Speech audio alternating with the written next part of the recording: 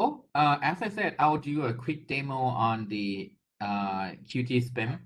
It's a tool that allows you to simulate MIPS instruction at the end of this class.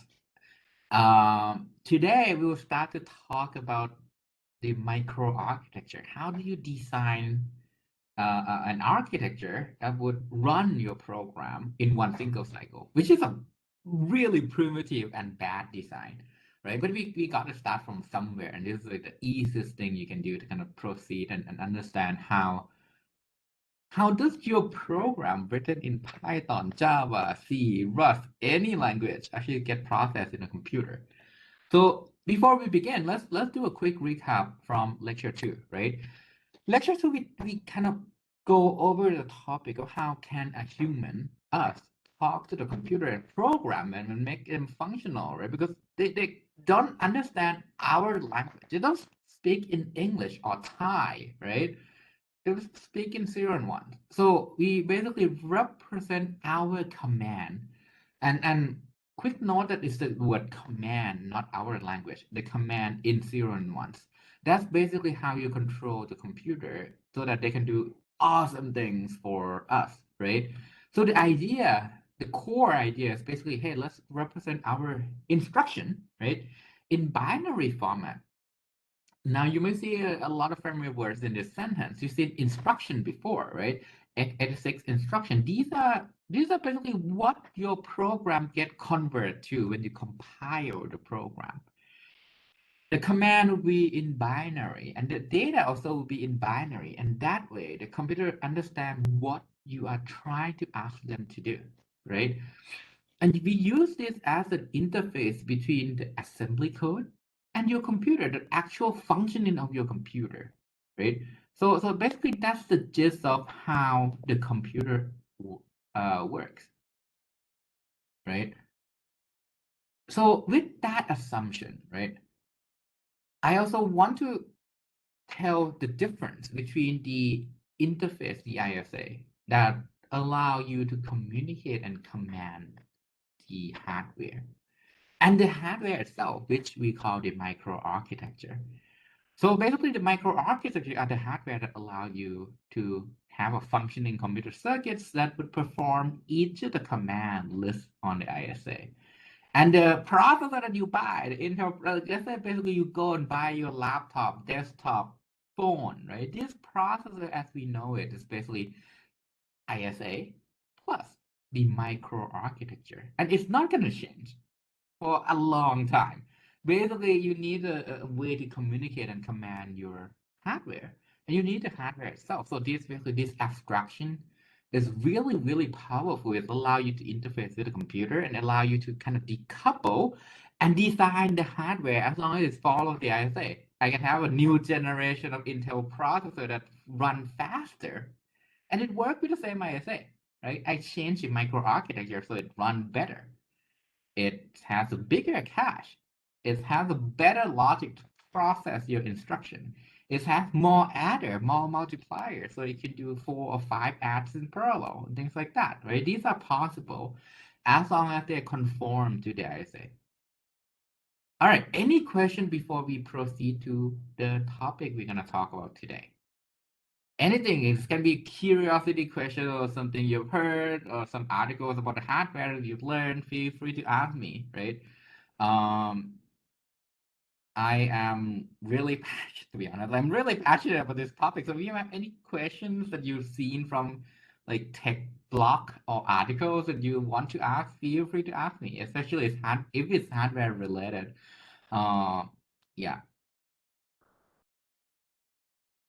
So now that we know the high level concepts about how the computer functions, let's actually dive deeper into how do you build one, right? Let's actually start diving into how do you build a basic computer that is more powerful than a calculator, but definitely much less powerful than any CPU you can buy nowadays. We call this a single cycle architecture. So a quick recap. ISA is something that programmer can write and program, right? These are what's visible. You can control the instruction. You can control what goes into each of the address in the memory. You can control what goes into the register. We call this architectural states. They are states. What are states? In computer science, can someone tell me what does this word mean? States.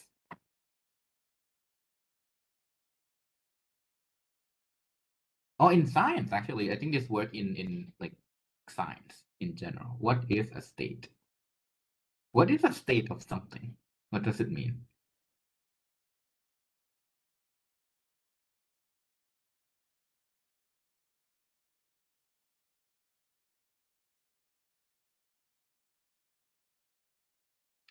Yeah, basically it's a status, right? It can be on, off. What's the value, right? So it does have to do with let's assume I can take a freeze in time. I can stop time, right? The state means that if I stop the time right now, what's the value that I'll see? What are the different status of all my components that I can see? So the architectural states, when I say state, visible to the programmer, what does it really mean? Anyone here use GDB to debug your program before? Or do you use printf? So for those of you who use GDB, what's the beauty of that? Or if you use any idea, IntelliJ, anyone use IntelliJ debugging tools and you kind of like step to each line in your program? Have anyone done that? So what do you see when you step through each line? What do you actually try to see? Let me ask you that. Actually, like, what are you trying to observe?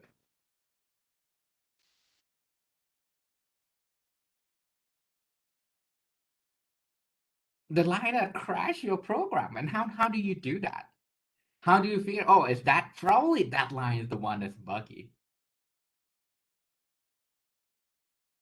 Something like weird value, right? That goes into the variable that you define. It's like, hey, I do a plus b is 5, b is 10, a plus b is 13.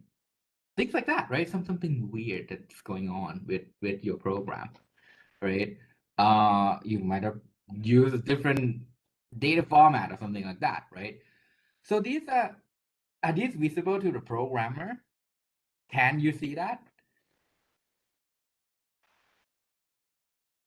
So when you use a debugging tool, can you see the value using some command that are going into each of the variable in the program? Yes, right? So it's the same concepts here, but instead of the value that goes into your variable, now things that are in your register, like what's in R0, what's in R1, what's the value in the program counter, what's in the memory, right? So the programmer can basically directly see and handle these values. So the ISA basically, if you think about it, the ISA allow you to transform one state to the next state. So let's say I have the R0 of 10, right? R1 of 20. And let's say I have the ISA that do this. R3 equals to R1 plus R2.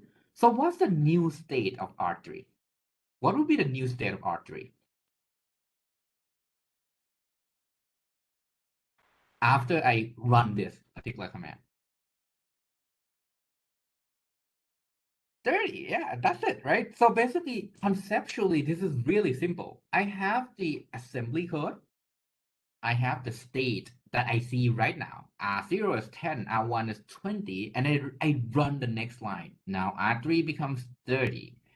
And that's nice because it's actually transformed easily to the way you program. And these allow because you as a programmer can see these states, right? Um, the architecture says, so let me go back once. I'm sorry, I hate to do this. I hate to go back and forth in my slide. When you see this word architectural state, these are what's visible to the programmer. So let me ask you this. How about things that are not visible to the programmer? So let's say you use a debugging tool.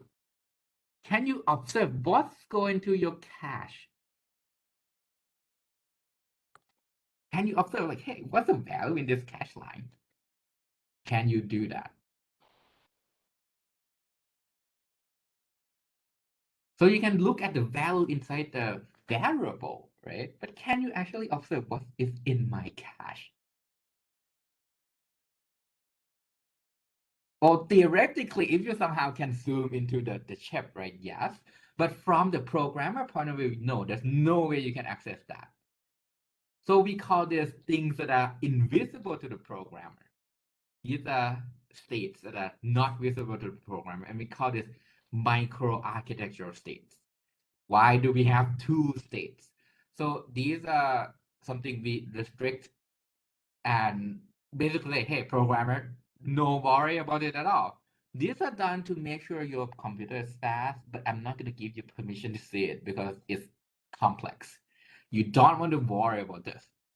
What are the example of these type of microarchitecture states? Things like what goes into the cache, the value of certain cache block. There are actually, let me be precise here because there are some hardware like a GPU where you can control it. So that becomes architectural states. But most of the assumption things that goes into the cache, you cannot control. What goes into the register in the middle of the 5-stage pipeline? We are not going to talk about it yet, but these are microarchitectures. What's going on inside the hardware that allow your program to somehow run 10% faster with this new CPU? Now, we basically have the ISA. We have the method to command our computer. And this is what we're missing. We don't have the hardware. We only know, hey, we have the ISA, and somehow we have this black box. That is black magic that you put in the command, it runs, and it works, right? So how do you actually put everything together? So basically, the high-level idea is this. I begin with one architecture state. These are what's visible to the programmer, right? Something like R1 equals 10, R2 equals 20, and then let's say R3 is equal to 5. And then I have the instruction coming in. I process the instruction. Basically, this R3 equals R1 plus R2. And I would result, after I run this, I'm going to end up into the second state. So what's my second state? What's the value of R1, R2, and R3?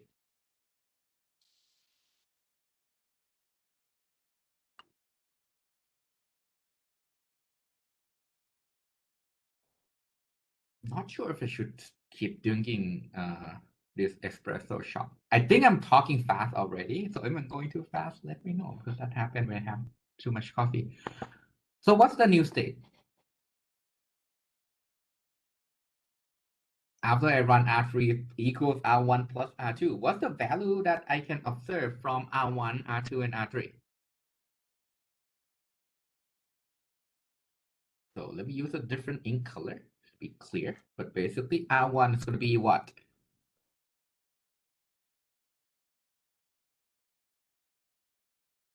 Anything change R1 after I run this instruction that say, I'm going to add R1 and R2 together and write the result into R3. Exactly, right? R1 is going to be the same. R2 is the same as well. But R3 is now changed to 30. So let me ask you this. If I have the ISA and somehow I have the hardware that can do exactly this, do I have a hardware that would run your program? Do I have a functioning computer?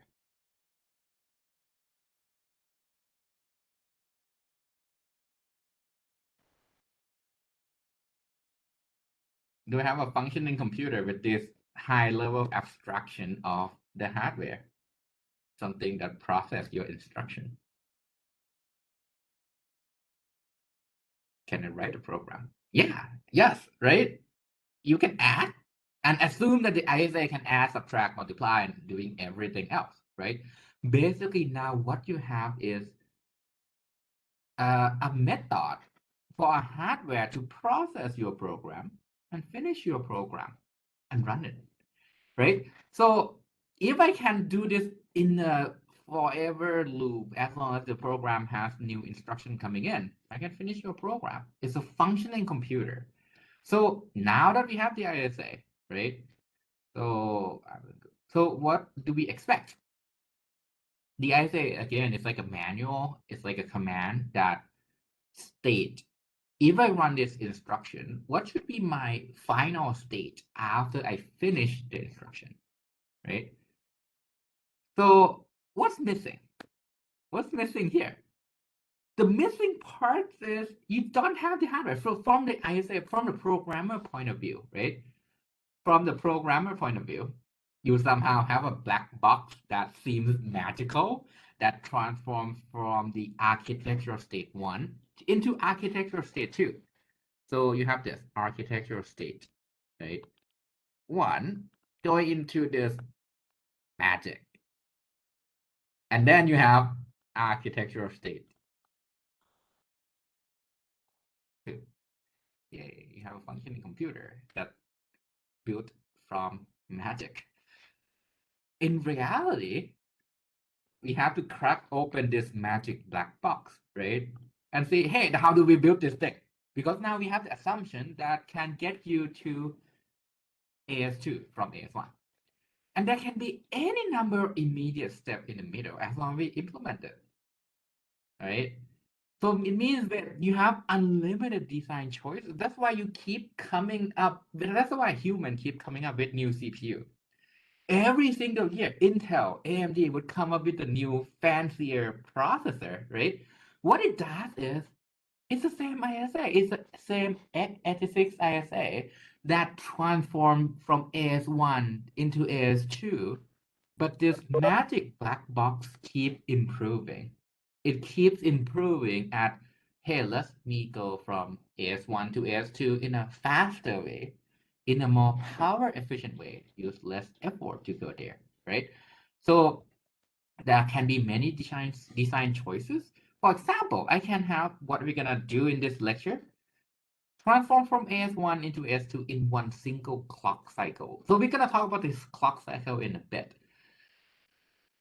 So I'm gonna assume that we don't know about what this clock cycle means. But the second strategy would be like, I'm gonna go from AS1 to some in the middle temp state that programmer doesn't see. So the programmer will see AS1 and then AS2. And I use multiple clock cycle to process this. We're gonna talk about what are the trade-off of each of these design, right? So that at the end of the day, hopefully when you go and like enjoy life as a programmer, right? And you need to buy a computer. Now you can understand a little bit more into, okay, what am I getting when I buy that chip? That said, hey, there's like these many stage pipeline that use this fancy cool trick, right? So these are the differences. Basically, it's a intermediate steps that give me from AS1 to AS2. And that's it. That's the magic behind the CPU. Right. So let me go over some background before we start diving into the design. What are wires? Anyone take physics before, like a basic high school physics? What are wires? In the meantime, I'm gonna close this room door because the AC starts to move out.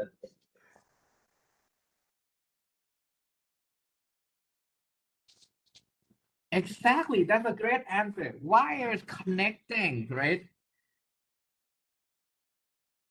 Connect components together,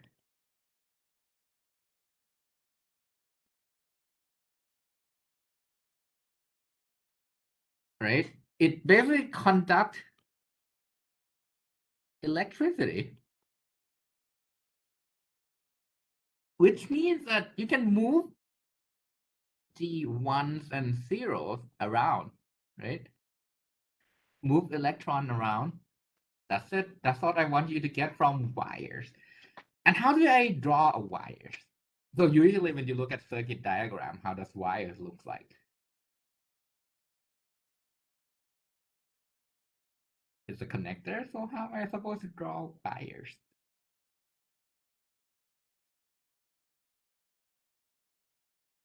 A line, right? Connecting one place from another to another. If I have a fully like a circuit that you might have seen might look something like this, right? And you have the battery, right? This would be like a functioning circuit, right? So that's it for wires. Register, you've seen it before. What does register do? What is a register? A quick system skill recap.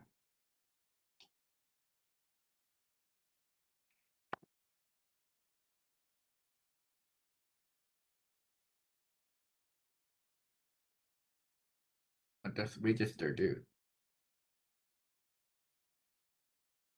It store value. You can replace the value as well. Basically, you can use it to store whatever data you want to store, and you can read from it. All right. Now, something that you might not have heard before, MUX. When you have a MUX, it's going to look something like this. These are the input side. This is going to be the output side. It would look something like this in this shape. You have input control. There are multiple signals as an input and one output. And usually if you look at the circuit diagram that has a MUX in it, let's say input 1, input 2, and this is my output. In here, you label this 0 and 1. Basically, if control equals 0, output equals input 1. If control equals 1, output is going to equal to input number 2. And you can have as many input as you want. Basically, what does this give you? What does this give you?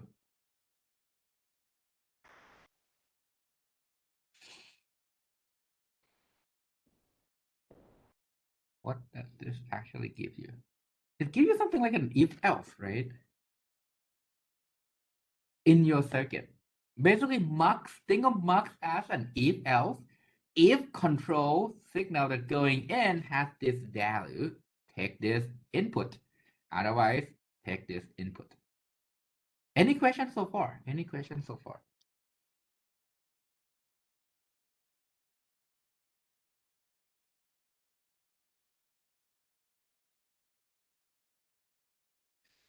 A demux is basically the inverse of that. You have input coming in, and it allows you to forward the output to wherever you want to forward to. This is basically to control the electrons, right? It allows you to kind of forward into wherever you want to forward the output to from the input, from one single input. So that's basically how you can have a better control for your circuits. No need to understand how do you implement this. The only requirement I want out of this, some background that you might have not seen before, is if you see this diagram and you have question, what is that? Ask me. Just want to make sure you're familiar with, hey, does that shape that can happen in a diagram that I can draw? And if you don't understand what's that, let me know. Let me know. Because we are not going to dive into the detail of the hardware or the digital design, because that's not the purpose of this class. But this symbol can show up by accident because I would draw it. And if you're confused, ask me. All right, that's it. So next, this is something I really want you to know. What's a clock?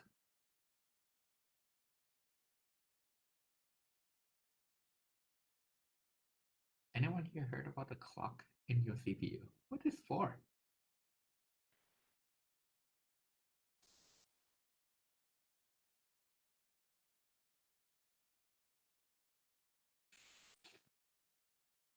It's something that measures the time, right? It's a CPU cycle. But why do we need that?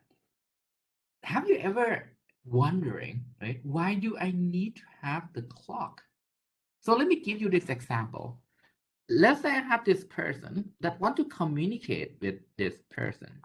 Person A, Alice, B, Bob. I should not use security term for this, but A and B, right? Sorry, people in security always name If it's A, Alice, B is Bob. A and B, person A want to tell B that's a value 10, followed by 20, followed by 25. How should I do that? How can I do that? How can I communicate from A to B? Let's say I'm gonna communicate the value 10, followed by the value 20, followed by the value 25.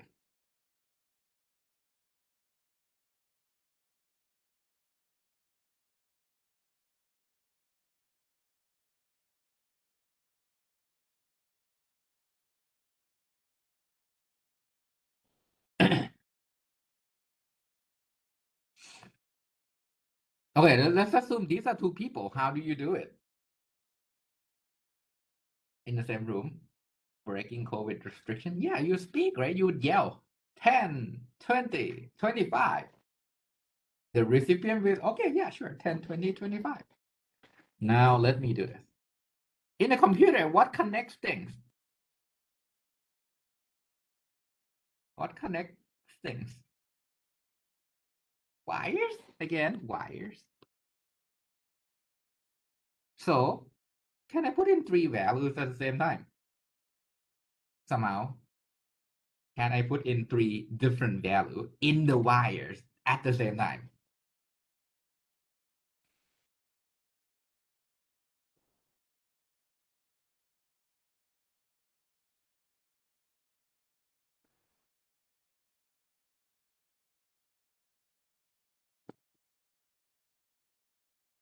You cannot. Yeah, it's impossible. I can't just say three value and you can break apart the three value. So what simpler way? I would use a clock, right? Because when you speak, do you do you actually send the three value at the same time? Do you somehow speak 10, 20, 25 with the same time?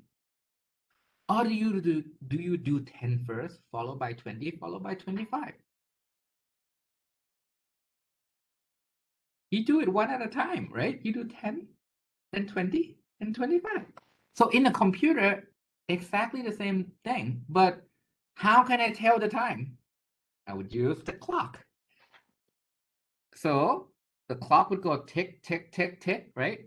I would do 10, clock, one tick, 20, clock, one tick, 25. If you look at the circuitry and how the voltage would change, basically this is your data. This is going to be your clock. The clock in a computer would look something like this. Up, down, up, down, up, down, up, down, up, down, right? And then this block is one cycle. This block is one cycle. This block again is one cycle. So let's say this is the clock. Now, how can I transfer the data 10, then 20, then 25? How can I transfer the data? One thing I can do is I put 10 right here. Then the next clock cycle, I will put in 20. Next clock cycle, I will put in 25. Now, does it work? Can I now transfer three values to B from A? And using clock to separate the value. Yes, no. Anyone think yes? Anyone think yes? Now it works. It does, right? Now you can transfer any number of values using the clock. So let me ask you this. Why do I want my clock to be as fast as possible? Why is a 3 gigahertz processor faster than a 2 gigahertz processor?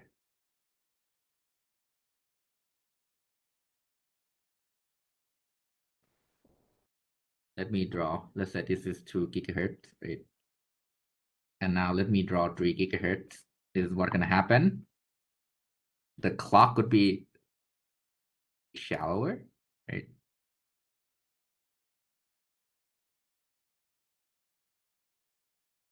I can basically send 10, 20, and 25 with less time. You can send more data with the same time, right? So that's why most newer generation of processor would have a faster clock rate, right? Again, does anyone have a question for now? Why do I want a faster clock?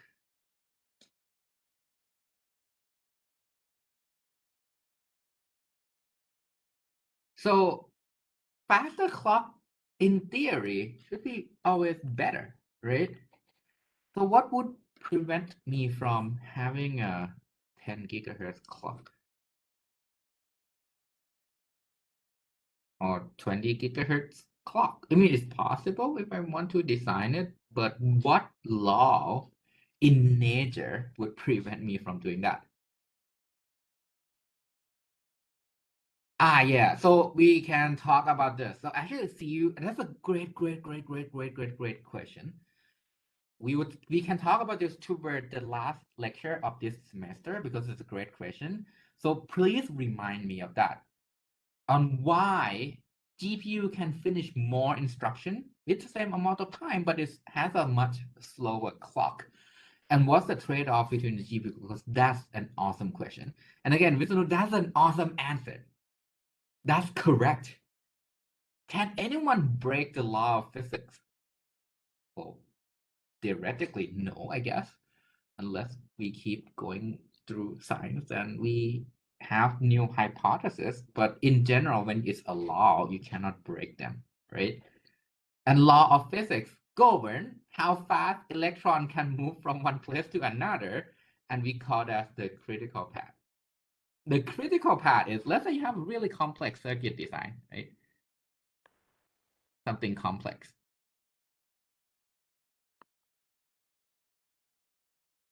And to be honest, your CPU is really complex.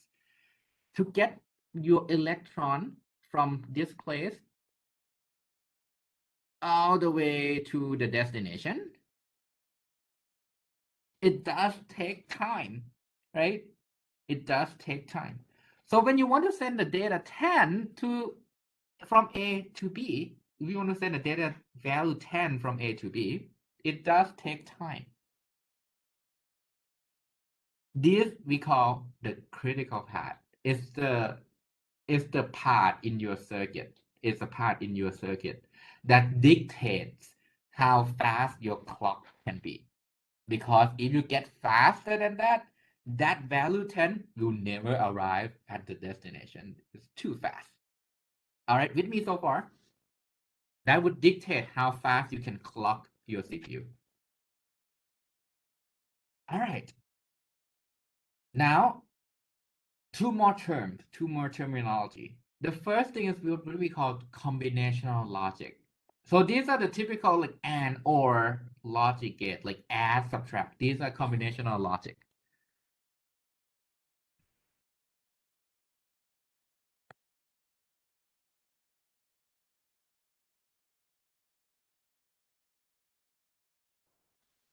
Why do we name it combinational logic? It's just a bunch of logic put together. You have input, it produces an output instantly.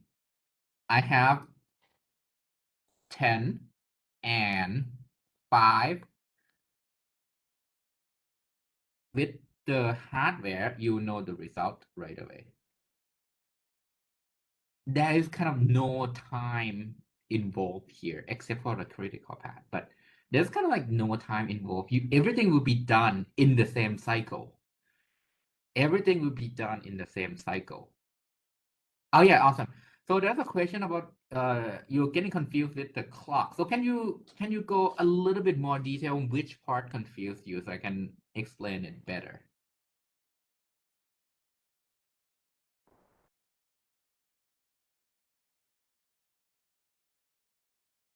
And by the way, folks, if you get confused over anything, because many other things we talk about in this particular module is all new to you, right? So you might have heard about the terminology, you might have heard from articles from the cool like tech blogger and then tech articles before.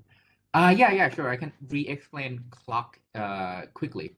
Basically, what I want to have in my circuit is I want to change the state from A to B, right? Somehow I need to send the data from, for example, let's say I need to send the data from my CPU to the memory. I want to send value 10 from the CPU to the memory, right?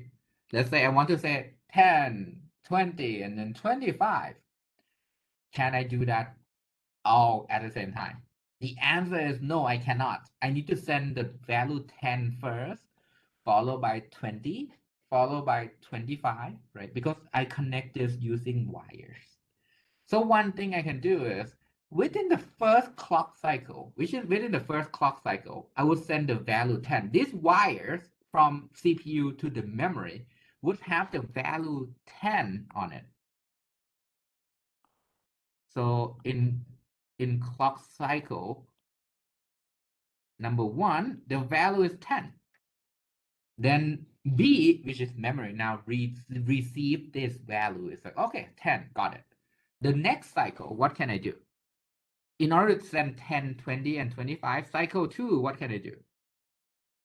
Now that I finish sending the value 10. Exactly. In the next cycle, send the value 20, right? And then say, hey, I'm done. Memory got this value 20. So the third cycle, the only value left that I want to send is 25. So cycle number 3, I'm going to send in 25. And that's it. Basically, that's how you can transfer the data from one place to another sequentially, one after another, using the clock. The clock becomes the step in time that you can say, hey, it's safe now to send the second value. It's safe now to send the third value. All right, so hopefully that's more clear.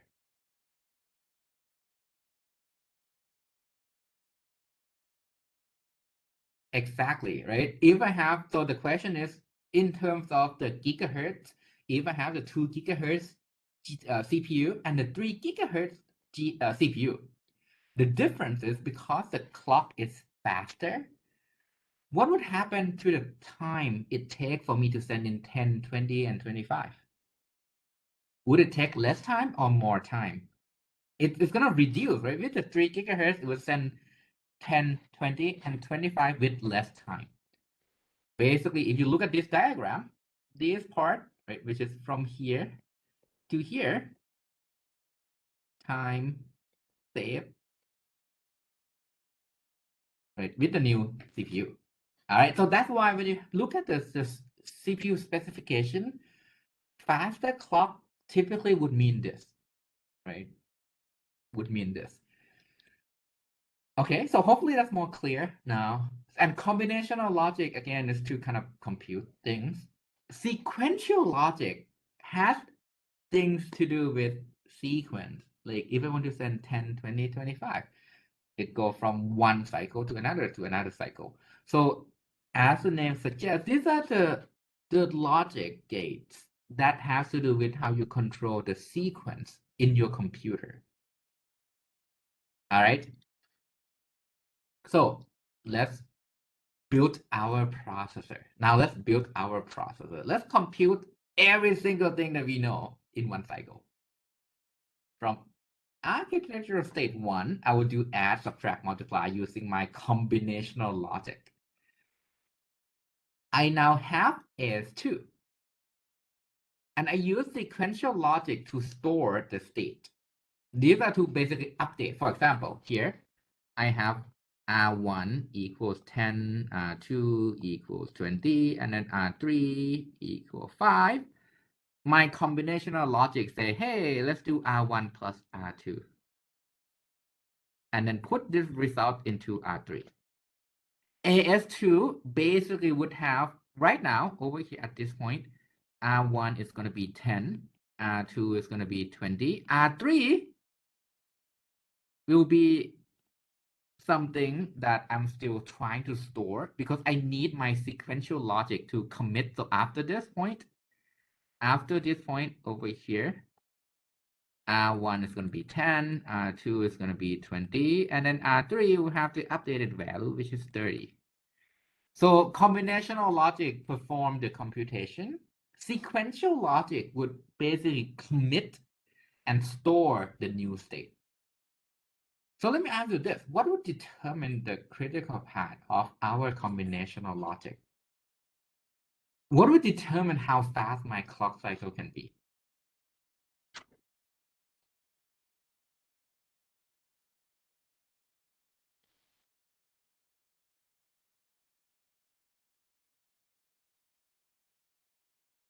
It's a while length, right?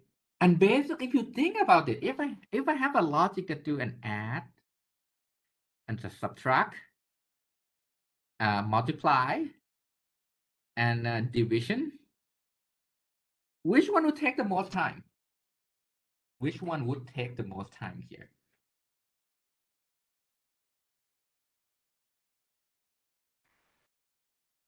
The division, likely, right? Whatever is the most complex instruction that I have to support. So what does this mean? It means that when can I clock things? If this whole thing would finish in one single cycle, how long do I have to wait until until I know it's safe to clock and go to the next cycle?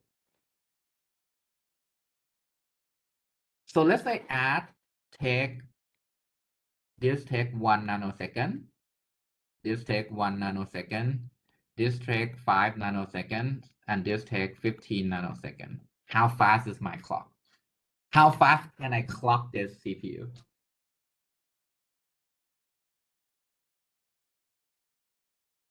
Can I clock every 5 nanoseconds and still somehow I manage to do division?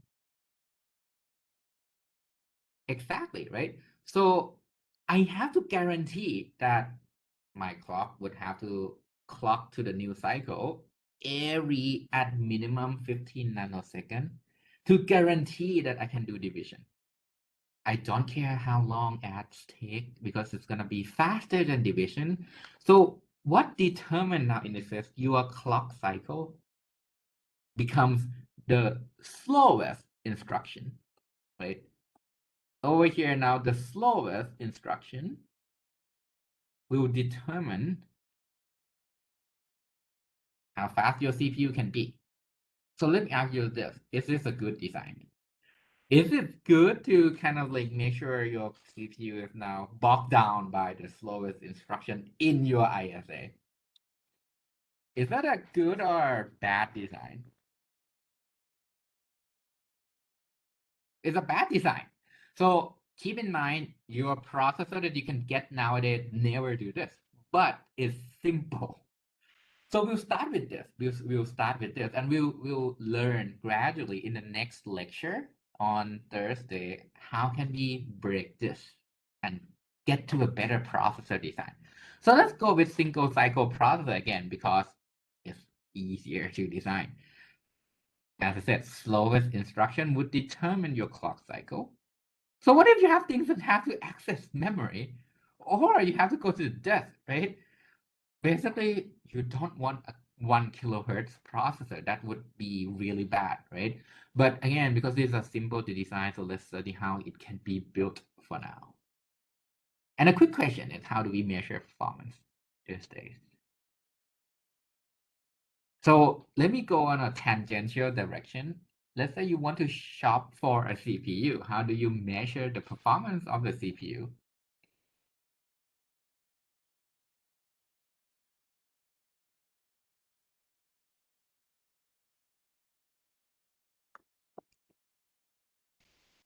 How do you measure how good is my CPU?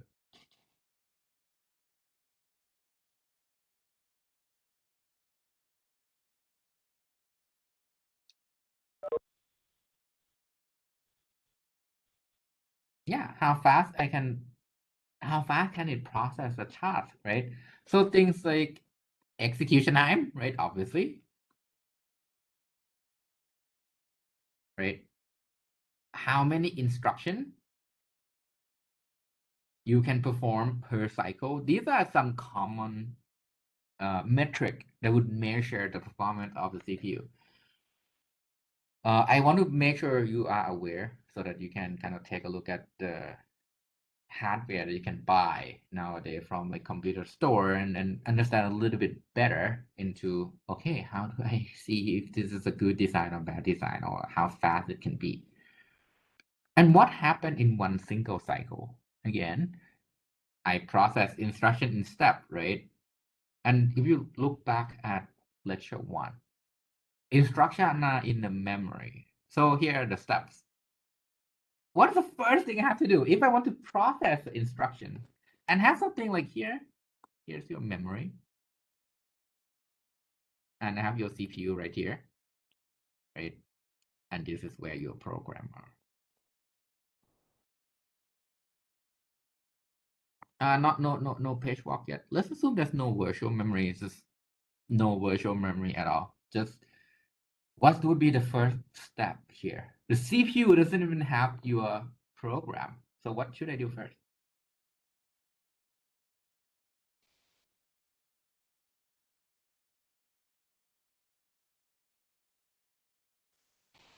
What should I do first? I have a CPU, clueless on what am I supposed to do?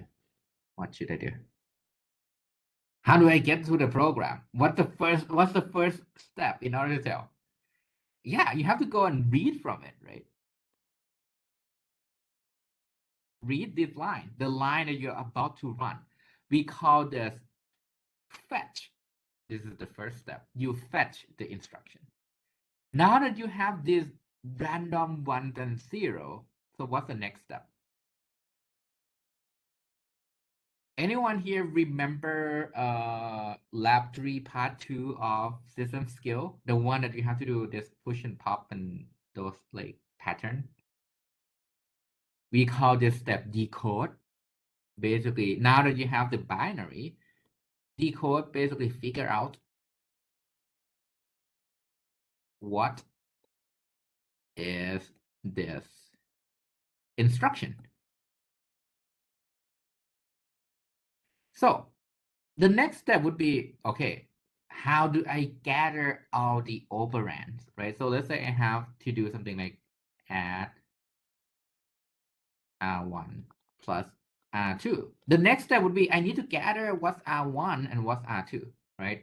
So if it's from the memory, you have to evaluate the address and get the operand. It can be from the memory, it can be from the register, right? So this is step 3 altogether. You need to get the inputs to your instruction. Then you execute, in this case, add the two number. And now when you are done, what's the last step? What's the last step here? Now that you are done with the execution of this one line of code, you store it back, right? You need to store the results. And note that not all instruction requires all these steps, right? Sometimes you don't have to execute, you just load things into the register. Sometimes you don't have to evaluate the address because you just basically add R1 and R2 together, right? So now that you have a basic concept, right? Let's draw a simple processor. Let's draw a simple processor. Should we take a 5 to 10 minutes break before we start to build our own computer by drawing? All right, cool. So let's do a quick break. We'll be back at let's do 3:07. Resume at 3:07.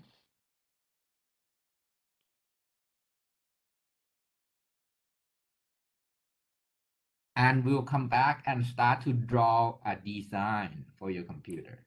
All right. It's going to be a really, really simple single cycle processor for now. Okay.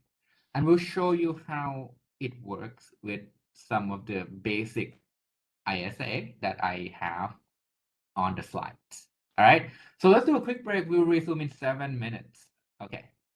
Let me pause the recording. I'll resume it so that when you watch the video, we don't have this awkward like 7 minutes pause in the middle. Here. And let's talk about what do you need in the processor. Right? So let's do a quick recap on what needs to be in the processor. sorry, my cat is on my lap right now. I think she's okay. Cool. All right. So when you build a computer, right? What are the steps that are needed to process the instruction? Anyone remember from before the break? What are the steps?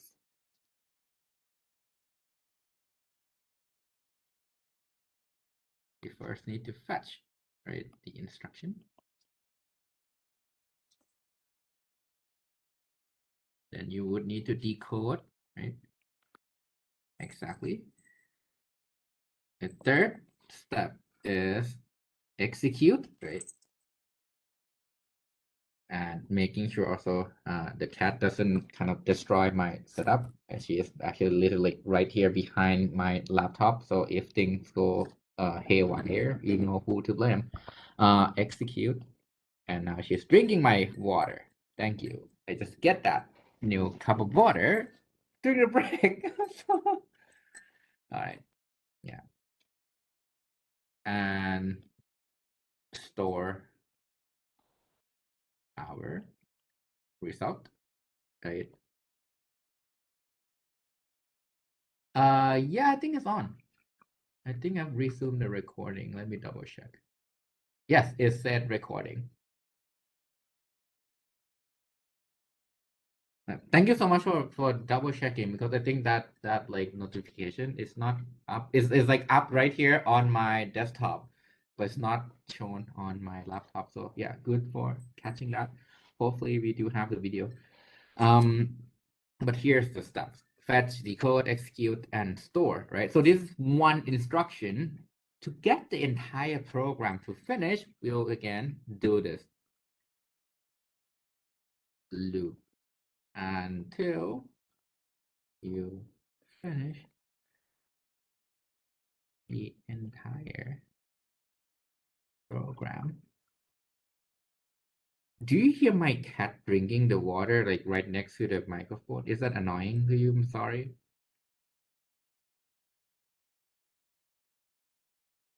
Sorry about that. Okay, awesome. You can't hear it. It's awesome. She's like drinking my water like aggressively right next to the laptop. So let's put everything together. Let's now draw a component to finish these 4 steps, right? So here's how we can build something. So what do we have? We have the memory, right? This is where you have your program store. What else do we know from like the like system skill lecture? What else do we know? Do we have the register file? So we do have that as well, right? What's in the CPU? You have register file. All right. What else do we have? We have the program counter. So let's start with these. These are the things that we learn from system skill, right? When you learn about x86 processor. All right, with me so far. So how can I fetch? What can I use to fetch the program? The next line of my code that are sitting in the memory.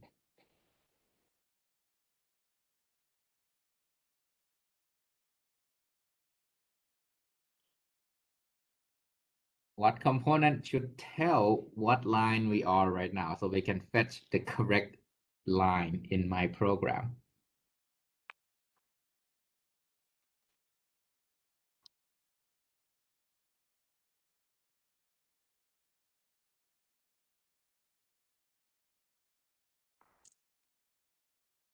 The program counter, you're correct. So basically we use a program counter.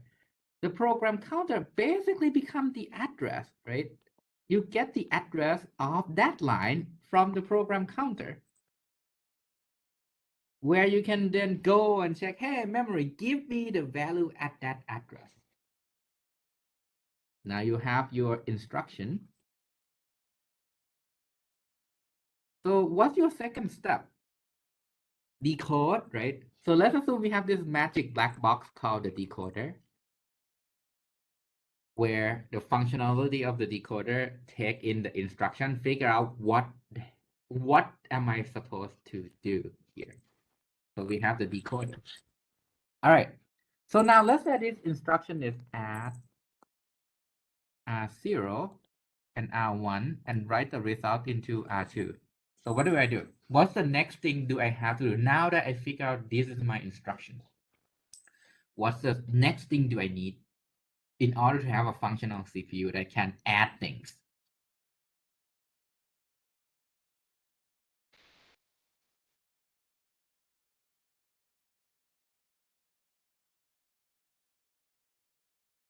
Okay, in order to do this add, what are the inputs?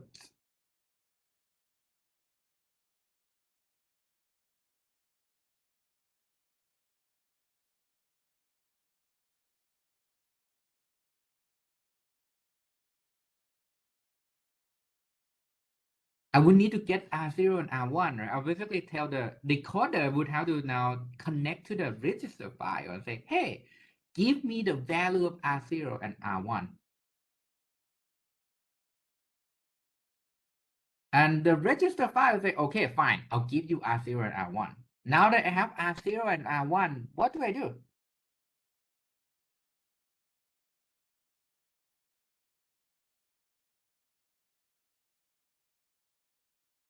What do I do?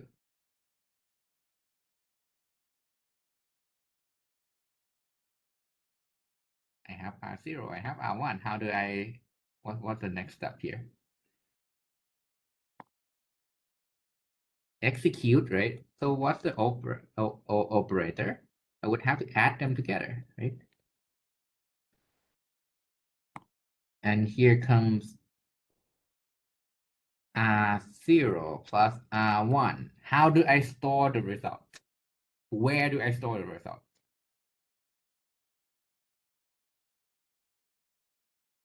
In the register file, right? And who to tell the register file that, hey, store that into R2?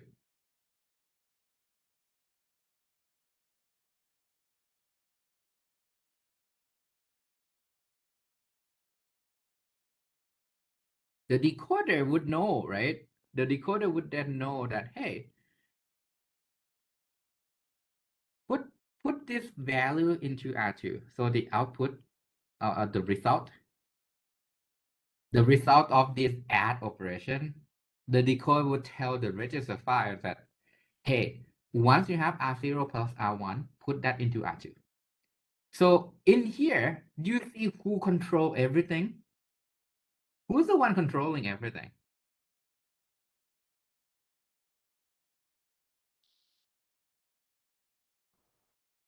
The PC control where you are. And who control the adder? Who control what do I get from the register file? And who control what do I take and put the result back in? The decoder, right? The decoder kind of control everything. This is kind of like once you know what the instruction is, the decoder's job is to basically put all the control signal, to all the components saying, hey, do this instruction. All right, now I forgot one last thing. Now that I store the result back, how can I tell the next line that I'm supposed to run? What do I need to do? The last thing I have to do. What do I have to update? Because if I don't update this, I'm going to keep running the same line over and over and over again in the next cycle. Yes, now you have to update the program counter. So let's assume one instruction is 32-bit. So what should be the value of my next program counter? What do I add PC bits if my instruction is guaranteed to be 32 bits? What should be the next PC?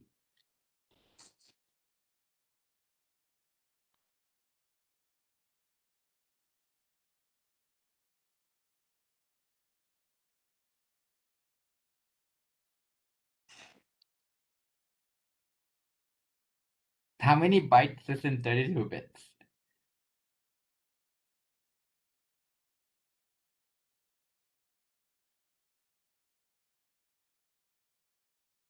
4, right? So I can then update the PC with PC plus 4. go to the next line, right? Because I guarantee that at PC plus 4, that's the next instruction. All right, with me so far. With me so far.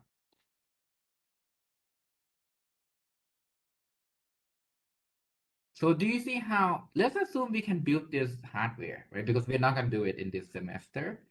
Let's assume we can somehow can build the adder. Let's somehow we can build the decoder and the register file.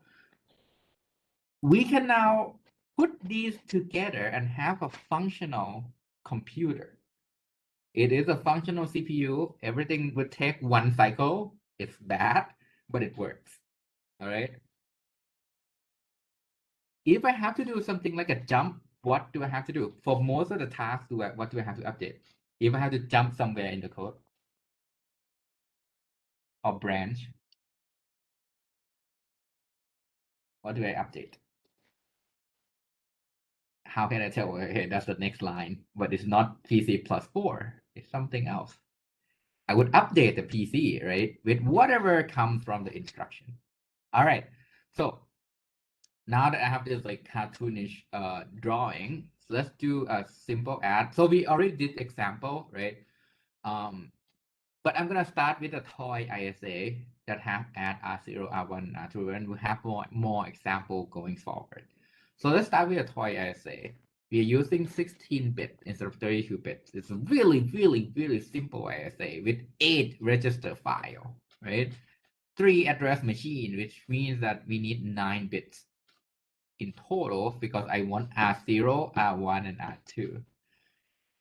We need the opcode bits. We need the bit that represents source 1, source 2. The same process we did in lecture number 2. This is the same process we did in lecture number 2. And remember, we are defining our own ISA. You can do basically we are designer here. We can do whatever we want as long as we can decode this. Right? So here's our toy ISA, and I want to say, hey, here's my breakdown of where things would be. Right? Let's say the opcode for add is 0, 0, 0, 0, 0, 0, 1, 1. Opcode for load immediate is 1, 1, 1, 1, 1. Opcode for the branch if less than is 0, 0, 0, 1. I can define these things. So what should be opcode for add R0, R1, and R2? And let's say this is source 1, source 2, and then destination. So what's the opcode for the add? From this slide. I have it on the slide. 0, 0, 0, 0, 1, 1, right? So the instruction for add R0, R1, and R2 is going to be 0, 0, 0, 0, 0, 1, 1. R0, source 1, 0, 0, 0. I need to say it's right here. R1, source 2, 0, 0, 1. And the last 3 bits is the destination, which is R2. It's going to be 0, 1, 0. So that exact bit pattern would show up when you have the PC pointing at this instruction, right? So let's start with this toy ISA with this toy instruction. Oops. Same slide, same repeated slide. So I'm going to skip this. And then start with our design here. This is a replication of the design I put in earlier. Notice a few more things that I added here. What is this component? What do we call it? Anyone remember? These are the MUICs, right? Again, these are the MUICs.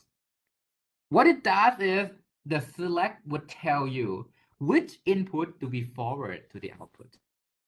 All right. So now we have the instruction add R0, right?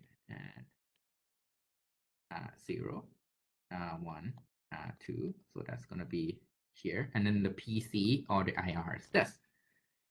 That is my address. This is PC. Point to here. So what am I gonna see here in the main memory right here? What's the value of that block I just draw?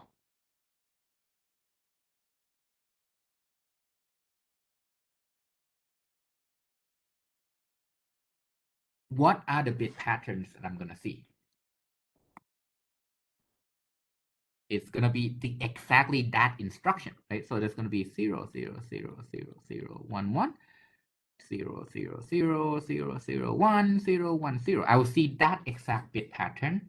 So that's a fetch, and that pattern 0, 0, 0, 0, 1, 1, 0, 0, 0, 0, 0, 1, 0, 1, 0 would go in here as your instruction. And that would go into your decoder. And we're done with the fetch. So that's our first step, right? That's our first step. Now, are we any questions so far with the fetch? We have the PC happen to point to this particular line at R0, R1, and R2. So you're going to see this bit pattern. It will go through the wires. So all the lines here are simply wires that connect components together. Right. So we're done with fetch. Now let's decode this. Instruction coming in again is 0, 0, 0, 0, 0, 1, 1, 0, 0, 0, 0, 0, 1, 0, 1, 0. Decoder see this and will basically start to break down the bits.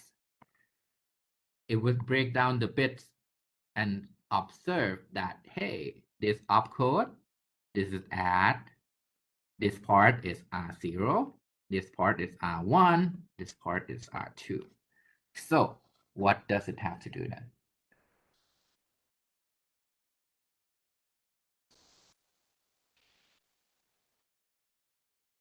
So what are the operands that this particular add instruction have to collect? What are the inputs?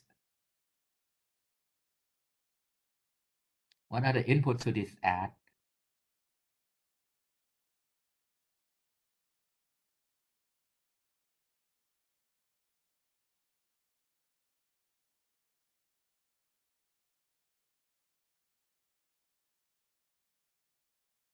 Yes, exactly. R0 and R1 as an input, and then R2 as the output that you want to store the results into, right? So it basically tells the register file that, hey, get me R0 and get me R1. Get me R0 and R1. All right.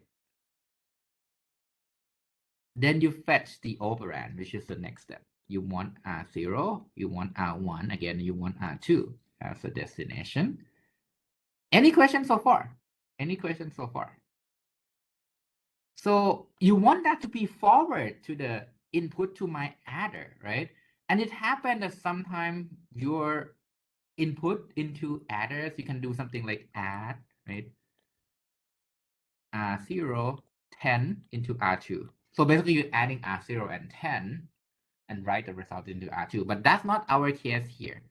Your input is not coming from the immediate. So the decoder say, hey, select R0 and R1, forward them here to the adder. So basically now adder would have R0 and R1 as an input.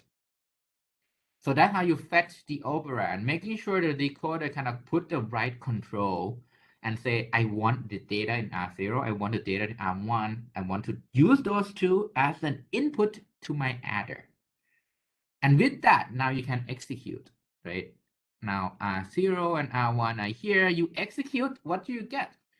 Output over here becomes R0 plus R1. It's as simple as that. This is like one of the simplest steps. Execute, you already have the input, run it, yeah. All right, so what's the last step here? Now that I have R0 and R1 produced from the ALU. ALU is arithmetic and logic unit. That's where you do add, multiply, and everything. That's kind of like almost like a brain of your computer. Assign is R2, right? Basically, you have the result, so you just want to basically say, hey, from here, make sure this go through and write it back as R2 into the register file. And again, you can write this from multiple sources. You can have the load instruction where the data is basically the one getting added, but it's not the case right here. Right? So basically R0 and R1 would be forward select by the decoder saying, hey, write this into R2. And before I forgot, right, now you store the result, basically R0 plus R1 goes to here and write it back into R2. The last thing I have to do is PC plus 2, not plus 4. Sorry about this. Because instruction is 16 bits.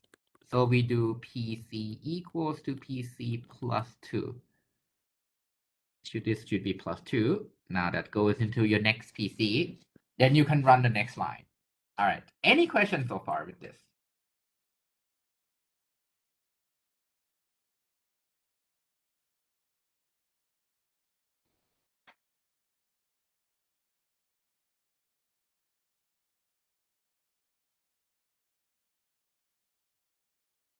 Yeah. So for sure, right?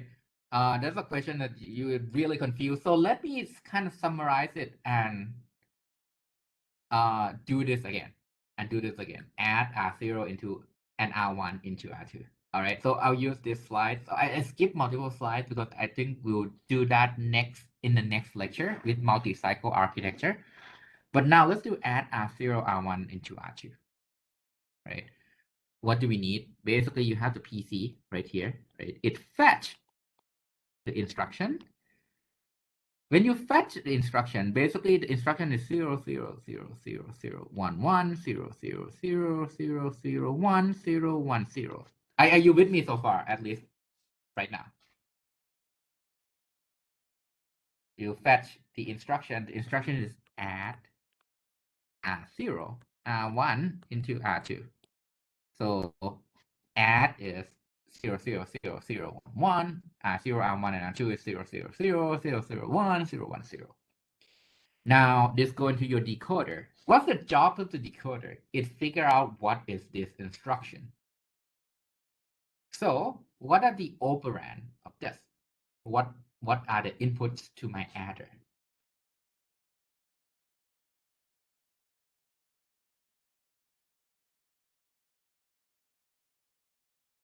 What are the inputs that I'm adding the two number bits?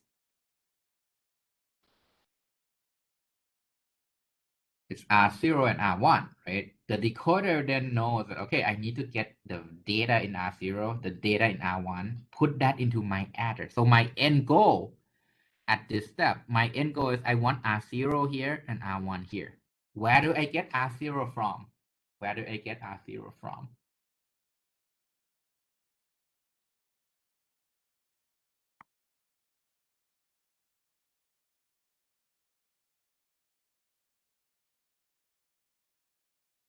I can get R0 and R1 from the register file, right? So are you with me so far? Basically, now I know I need to get R0 and R1 so that I can add them. So are you with me at least here? Okay, cool. So who is responsible for that? As I said, the one that kind of control everything is the decoder, right? So the decoder would say, hey, give me R0, give me R1, and make sure these two things get forward to my adder. So this kind of complicated logic in this region of my diagram is what they are wires from the decoder that control everything. The task is I want R0 as the first input to my adder. I want R1 as the second input to my adder. Now, with that, my adder can then produce R0 plus R1, R0 plus R1. And then the last step is the decoder also knows again that once I have my output, this thing will go directly back to the register file and store this as R2. All right, with me so far? Now I complete the instruction. Decoder basically give all the control signal to every single component saying, hey, now that you have the results R0 plus R1, send that result to the register file so that it store the updated value. All right. Then the last step is I need to basically update the PC because instruction is 16-bit. I'm sorry about diagram again. So we want PC plus 2 so that I can go to the next line in my code. All right. With me so far? With me so far?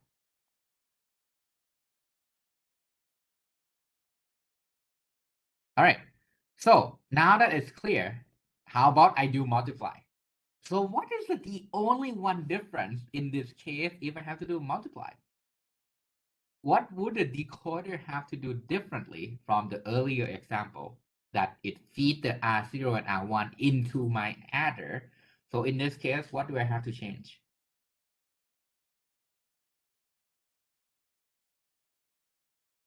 The only thing I have to change, right? Now, Well, obviously the instruction would change. The instruction would change for sure because it need to reflect this instruction. And now the decoder know, okay, instead of adding, I'm multiplying. So when I'm multiplying, R0 and R1 now get forward to the multiplier so that the results here instead of R0 plus R1 becomes R0 multiplied by R1. Forgot to turn on the charger. So now you have R0 plus R1. Sorry. R0 multiplied by R1. Sorry if that confuses you. This is a multiply instruction. So the decoder would send that to the multiplier and you get R0 multiplied by R1. And this R0 multiplied by R1 go into the R2 here. All right. So now let me do one last thing just to clear, or actually two more. What if I have to load some value into R1? If I have to load some value into R1 now, what do I do?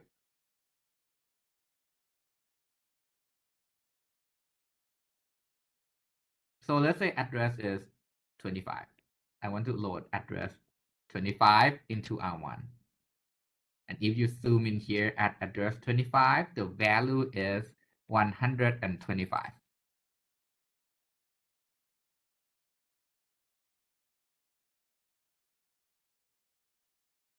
Again, it's actually follow the same step, right? Now we establish the basic steps. You have PC, you go in here. Over here, basically this instruction is load. And load whatever is at this address into R1. I want to store whatever is that address, in this case address 25, into R1 so that when I finish running, R1 becomes 125. And now I realize the value can be confusing. So let me change the value here at address 25. It can be 111. So after this instruction, R1 should take 111. I don't want to use the address 25, value 125, because it might sound confusing. All right, so now you have instruction coming in, it's load. What does the decoder do with the register file? What does the decoder have to do with the register file? It basically needs to tell the register file saying, hey, once you have the input coming in, store that into R1. What is the address I'm loading? That comes from my immediate, right? So basically this goes from here directly as an address. So this is address 25. It goes into the memory. It look up address 25. And what should be the data coming out in this case? Now that I say, hey, decoder basically go to the memory saying, I want address 25. What should come out of the memory?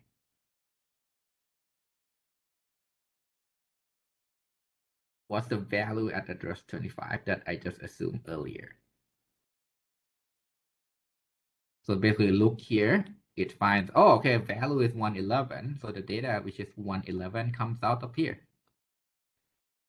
What should take this value?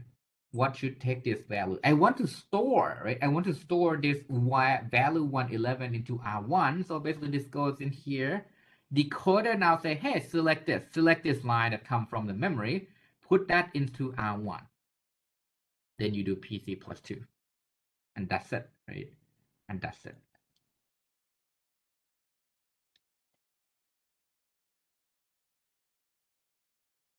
All right, any question about this example?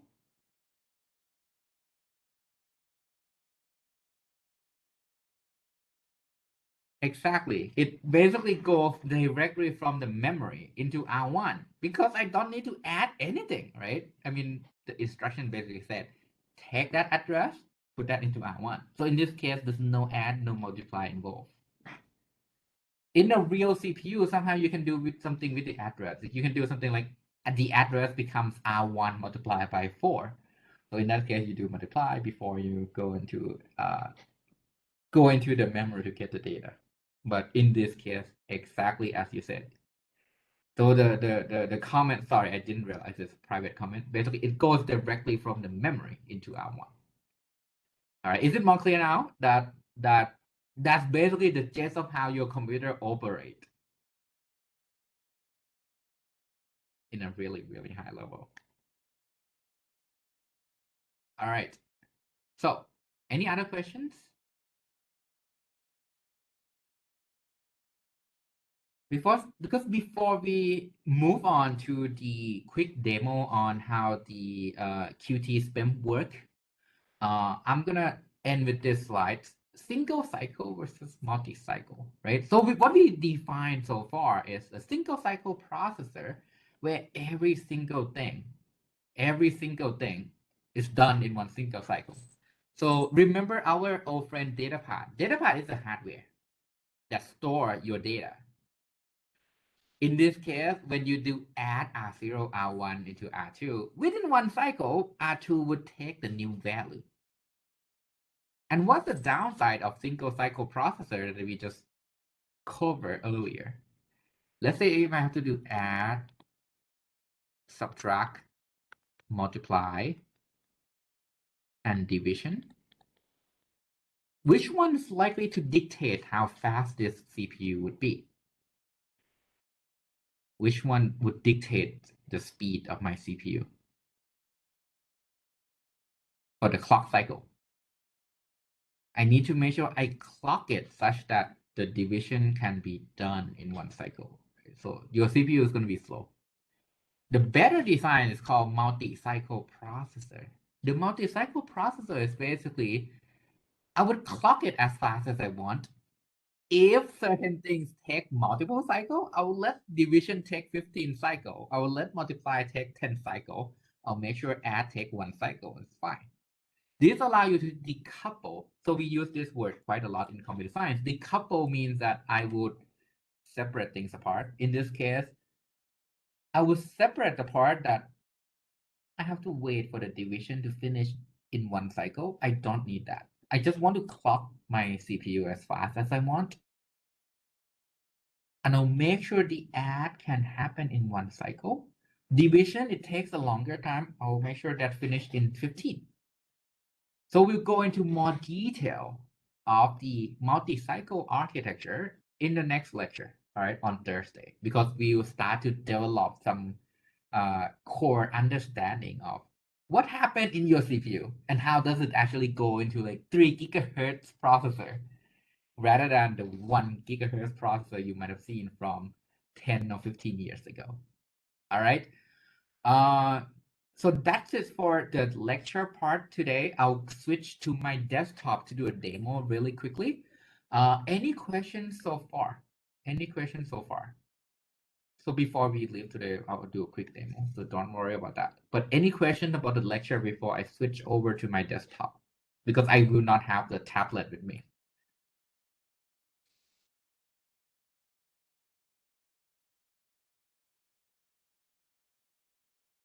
Because otherwise, I'm gonna share this screen. Let me stop presenting this here. Share my screen.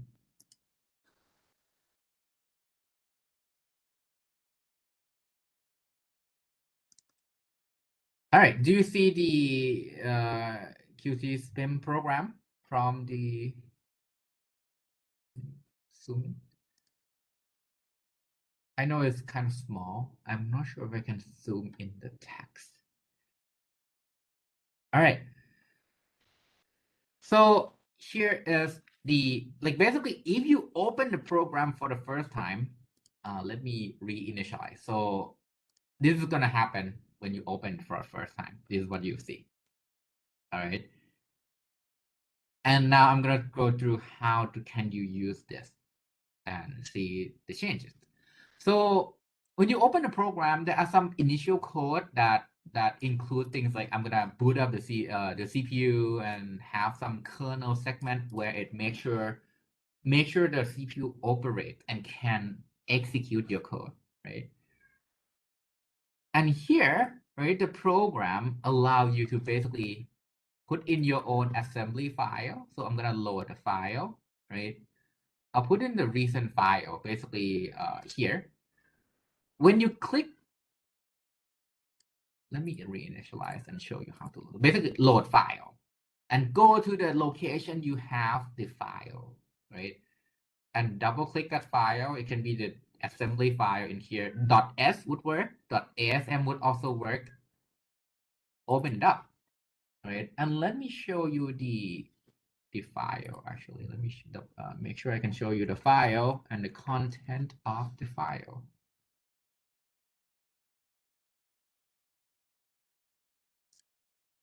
So basically, this is what's inside the file, right? It has load immediate. I'm gonna store 5, the value 5. View, zoom in. Can you see the assembly code?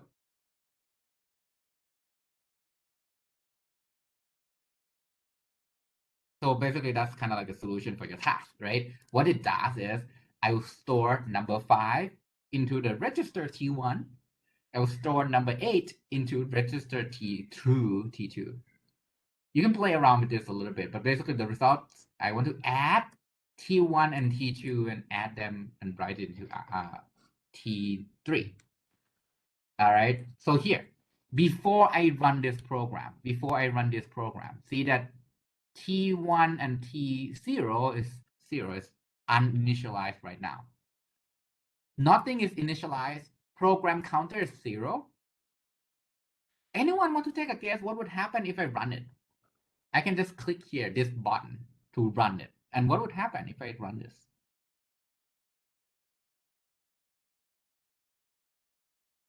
So what should be in T0 and what should be in T1? We can choose any register, yes. The registers right here are 0, AT, V0, V1, A0, A1, A2, A3, T0 to T7, and then S0 to S7, and T8, T9, K0, K1. Recommendation, don't use R0. That's kind of pinned to 0. But for the rest, you can use it. All right. So if I hit play, remember I write the number 5 into T0, number 8 into T1. So what should T2 have after I add the two numbers together? Oh, sorry. I put 5 into T1, 8 into T2, and then I add them together. So see, this is your code.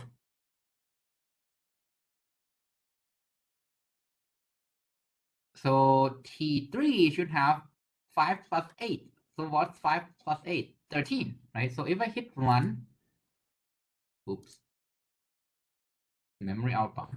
Wait, what?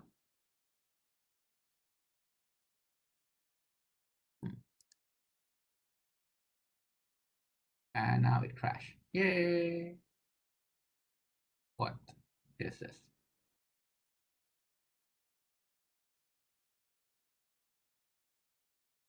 Let me double check something real quick.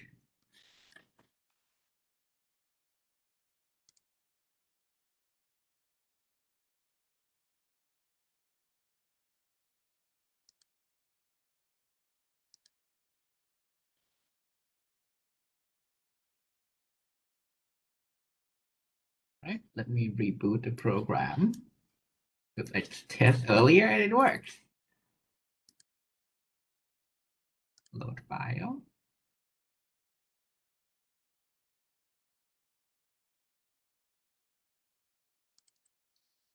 Here and run.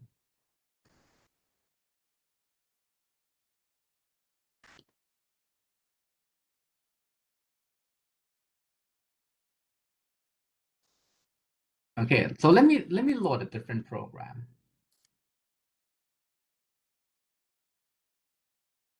And use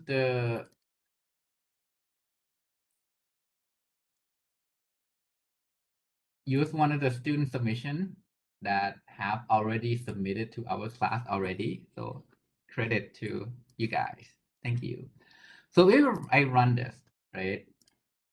I forgot. I have to modify a few things. We initialize the simulator.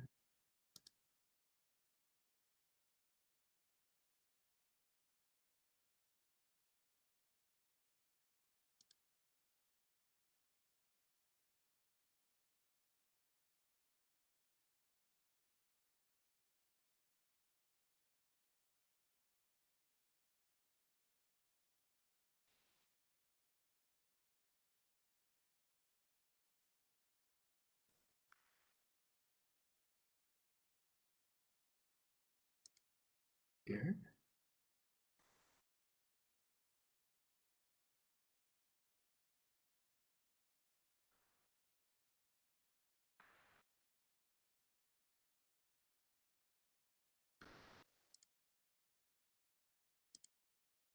Okay. All right. So I have a second demo of the almost the same code, but it works. Over here, you add the number 10 and 20 together. Where's that?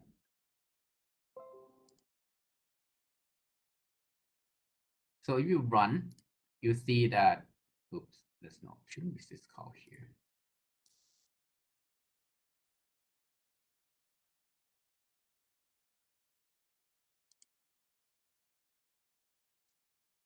Okay, run. You see that T2 would take in 5.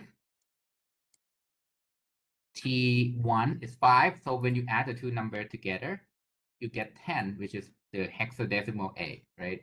So basically that's when you run the code. You can do it again by say, I could clear the register, rerun, and you see the same results. T2 is 5, T1 is 5, and T3 is A. I can then change the program, right, such that it do 10 and 20.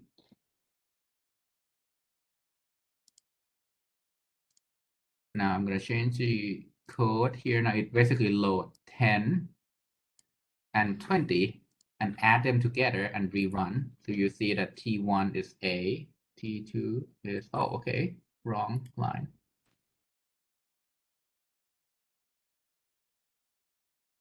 Demo 2. Here. You see that I'm going to load 10 into T1, 20 into T2. You see T1 is A, which is 10, T2 is 14, which is 20. And then when you add them together, you get 30, which is 1E in hexadecimal. All right, so that's how you can use it. Basically, you go File, load the file you want to test. The file should be in assembly. The file should be in MIPS assembly. And then you hit play. The register value on the left side, this is integer.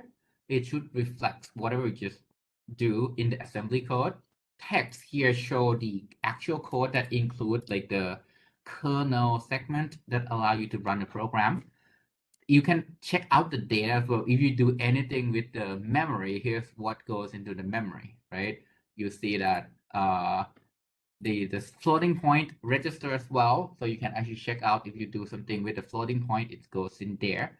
You see the PC program counter is D's, right? So if you go to integer, you see PC is 40020, which is exactly at this line when I do syscall, so it waits, right, to exit the program. All right, so that's it on how you can use the Qt Spim to try out your code. All right, any questions so far?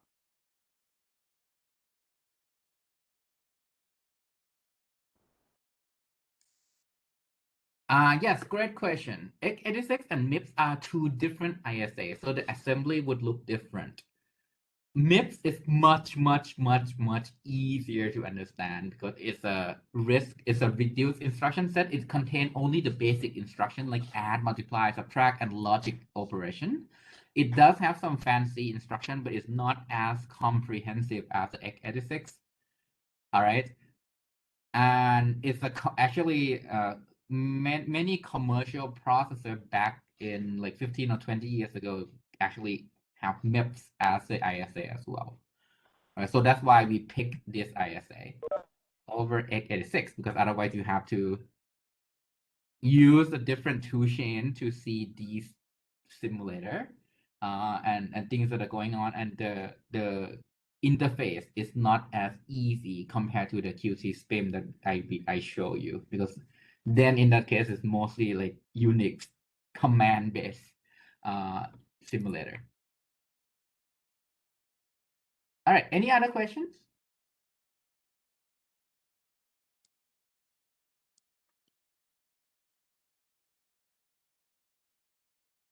Because otherwise, that's it for the class today. Thank you so much for joining us. We'll see you all on Thursday.